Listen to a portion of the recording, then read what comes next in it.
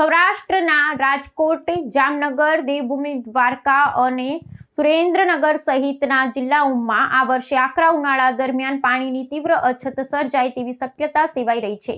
સૌરાષ્ટ્રના 141 જળાશયોમાં માત્ર 55% પાણીનો જથ્થો શેષ રહેતા તંત્ર હરકતમાં। આગામી ઉનાળામાં જળ સંકટ ટાળવા વહીવટી તંત્ર દ્વારા આગોતરા આયોજનની કવાયત તેજ। અત્રેની ઓફિસેથી 5 જિલ્લાના ડેટા કલેક્શનની કામગીરી થાય છે, જેમાં દેવભૂમિ દ્વારકામાં 22%, જામનગરમાં અંદાજે 38%, મોરબીમાં 50%, રાજકોટમાં 53% અને સુરેન્દ્રનગરમાં 40% ડેમ ભરાયેલા છે।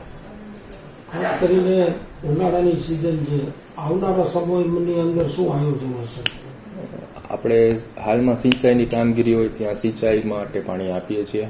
જે ડેમ વોટર સપ્લાય માટે રિઝર્વ છે તેમાંથી પાણી પીવા માટે આપીએ છીએ અને કોર્પોરેશન કે નગરપાલિકા કે વોટર સપ્લાયની બોડીને રિક્વાયરમેન્ટ મુજબ સૌની વિભાગ દ્વારા પાણી ડેમોમાં ઠલવવામાં આવે છે।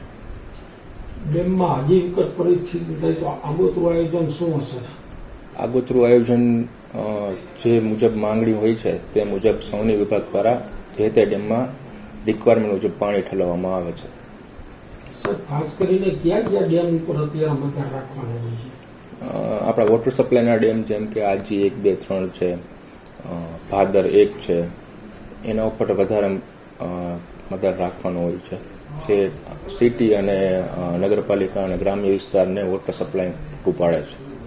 આના માટે થઈને કાંઈ ખાસ કંટ્રોલ રૂમ કે કાંઈ ઊભું કરેલું હોય છે?